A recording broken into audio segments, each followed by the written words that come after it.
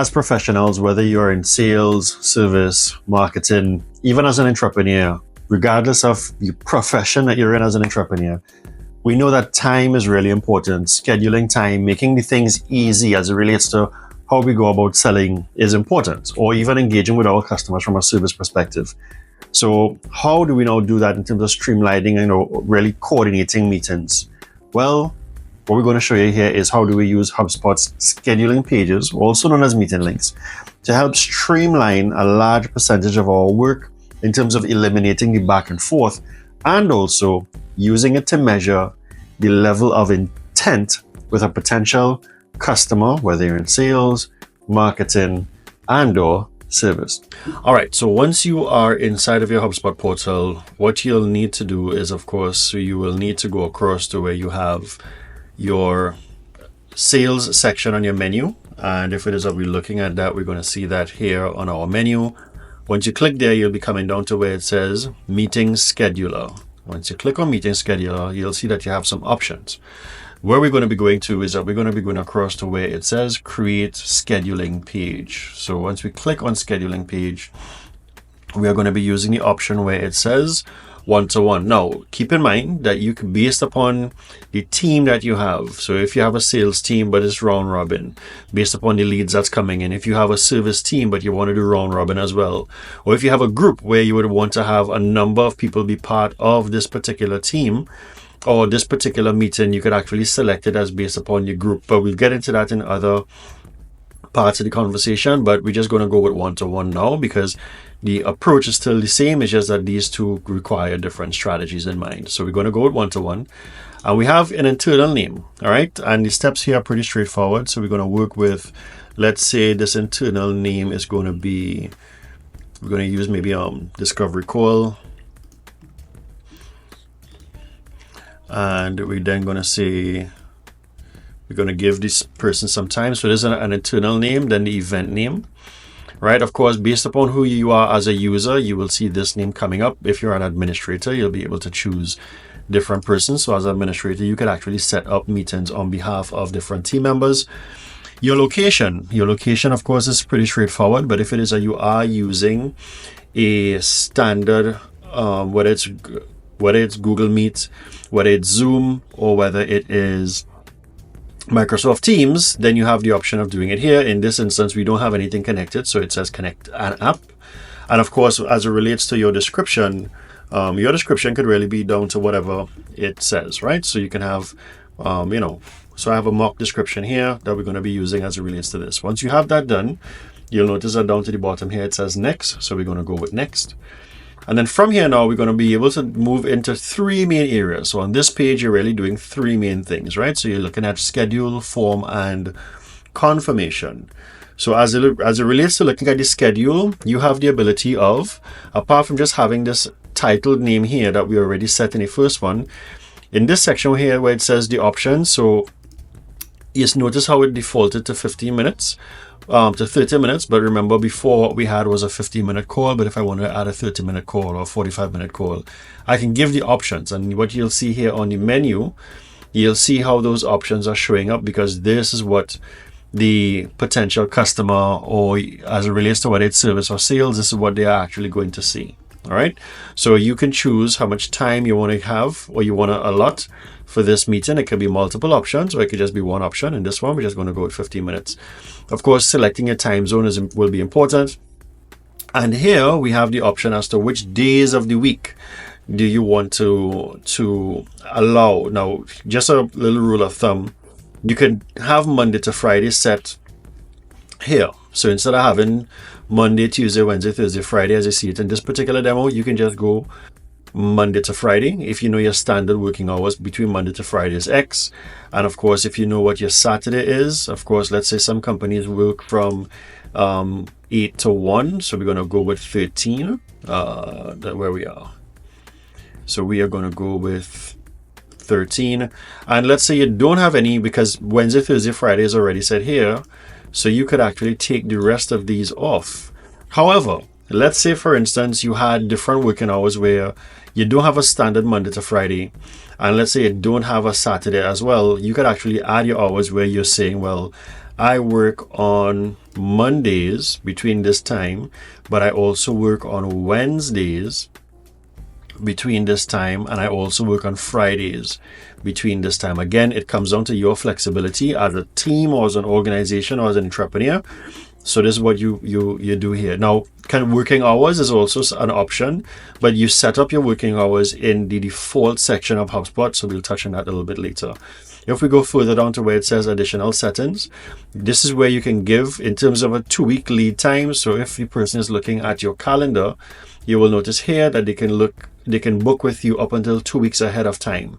However, you have control over this where you have the ability of maybe even making it 1 week, or right, so it could be 1 week, 3 weeks, 2 weeks is the standard.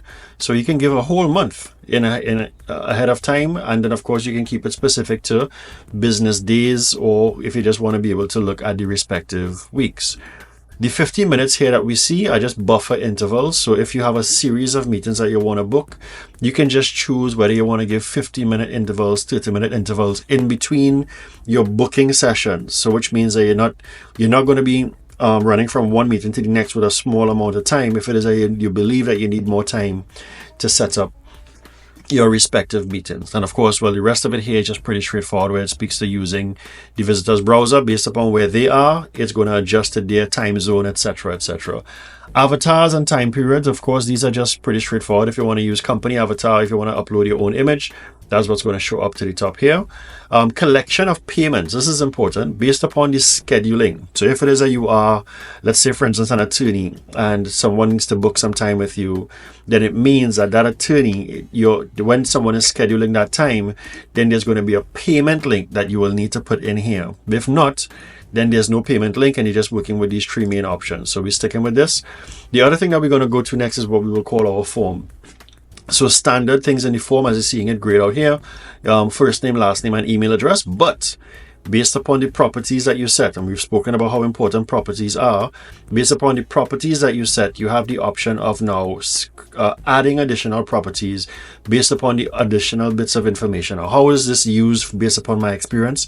I have seen people use this based upon vehicle of interest, based upon locations that they will have to have in the meeting. So let's say, for instance, a company has 4 branches.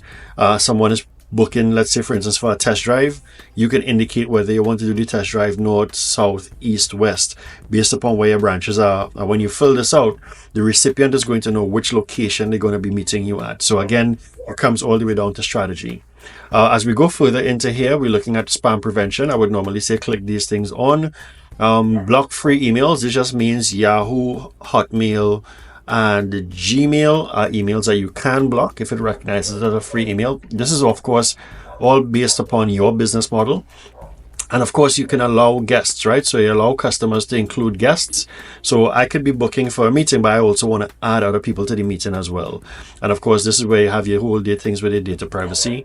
Additional information as it relates to pre-populate fields. This is not 100% necessary all of the time. But again, when you go through here, you could read this and you can make the options, but there's some that's here by default for you. And as you go across, so we know that we don't want any properties in this particular example. And confirmation, the confirmation could be, you just get a standard confirmation that looks like this. And then from here, they get, or you can send them to a respective page. Now, strategically, what does that mean? It means that if you have a page that you would like the individual to go to, whether it's to download something or to complete their purchase, if you do have a payments link in there, then that is all part of your strategy. HubSpot facilitates those options as well. All right. So we have scheduling done, we have the form done, we have the confirmation done. I'm going to stick with the default confirmation. We're not including payments. I can, if I wanted to, adjust what this link says, but right now I'm just going to go with discovery call, prospect, Lyndon. And once we're here now, we're going to go to next. Once I click next, we have a confirmation email that's going to go out to the customer. You can test this email and it's going to come into your inbox. Right. And then, of course, pre-meeting reminders, which I think is always cool. So you can have a meeting that's going to remind your potential customer or 1 hour before time. But I always like to use sometimes 1 day before time. And then you can have a what this reminder could say. All right. And it comes down to all how you set it up in the beginning. So this is what they're going to receive either 1 day before and 1 hour before as it relates to the meeting. Right, and of course here you can customize what that email reminder is, and you can use the properties that you would have set up from before as part of this here. So, and once you've done that, you can now click create scheduling link, right? So now that we have this, where is it? So if I were to copy this link and put it inside of my browser, it is going to look like this. So here we have a meeting link. It's set for 2 weeks before, and notice how it's Mondays, Wednesdays, and Fridays. And these are my times here, and there's only one slot option. So I can say I want to have a meeting with Lyndon on the 9th, and I would like to meet with him at, notice again, it goes from 12, 12:15, 12:30, 12:45. So just 15-minute intervals. All right, first name, last name, and email address. And of course, it gives the option to add other people there if they so choose. And once they do this, you can add up to 10 guests. So once they confirm, you now have this meeting inside of your inbox. Everyone else would have been added to the meeting as well. And again, it's a smooth, simple transition. The setup, of course, is much longer in terms of me giving you all this tutorial. But at the end of the day, it makes the process a whole lot easier to do this inside of HubSpot once it's completed. There you have it. Always make sure, or always remember, that the feature is there to support a specific strategy, regardless as to your profession, regardless as to the department that you're in. Understanding that you can now use these particular features strategically in your day-to-day, whether you're in sales, marketing, or service, is really a benefit in terms of how you give a good experience to your customer and streamline and eliminate some friction in your process. Catch you all in the next video. Peace.